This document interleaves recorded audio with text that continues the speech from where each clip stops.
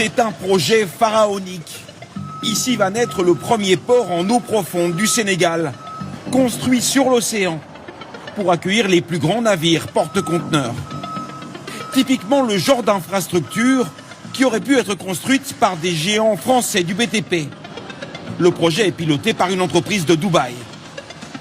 Cela va absolument tout changer pour le pays en termes de logistique, en termes de création d'emplois, en termes de connectivité.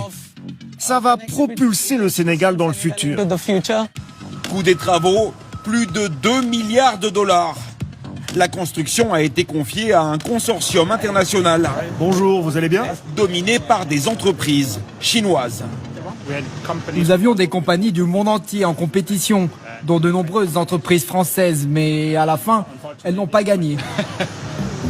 Selon nos informations, le consortium emmené par Eiffage était 20% plus cher. Il n'a donc pas été retenu. À côté, autre chantier colossal. Une ville nouvelle est en train de sortir de terre pour désengorger la capitale, Dakar. Elle s'appelle Diamniadio. Ici, ce sont principalement des entreprises turques qui ont remporté des appels d'offres.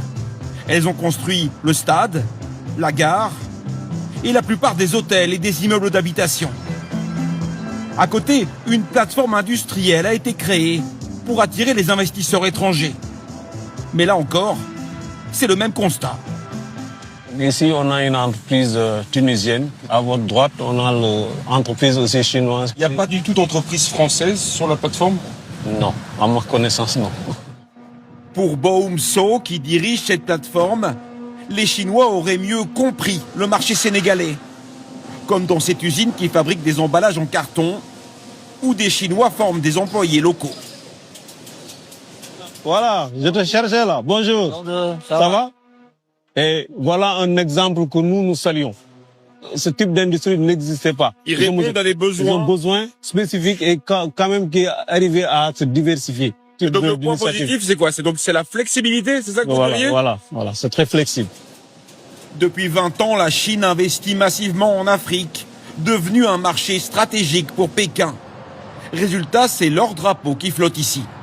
C'est du gagnant-gagnant parce que c'est du réel. Vous l'avez constaté, le Sénégal a besoin des infrastructures et la Chine l'a compris. Ça veut dire que les temps ont changé, les partenaires aussi? Ouais. Ça, je vous le confirme. Pendant des décennies, les entreprises françaises dominaient largement les grands marchés au Sénégal. Infrastructures, énergie, banques. Aujourd'hui, elles ne représentent plus qu'environ 5% des marchés publics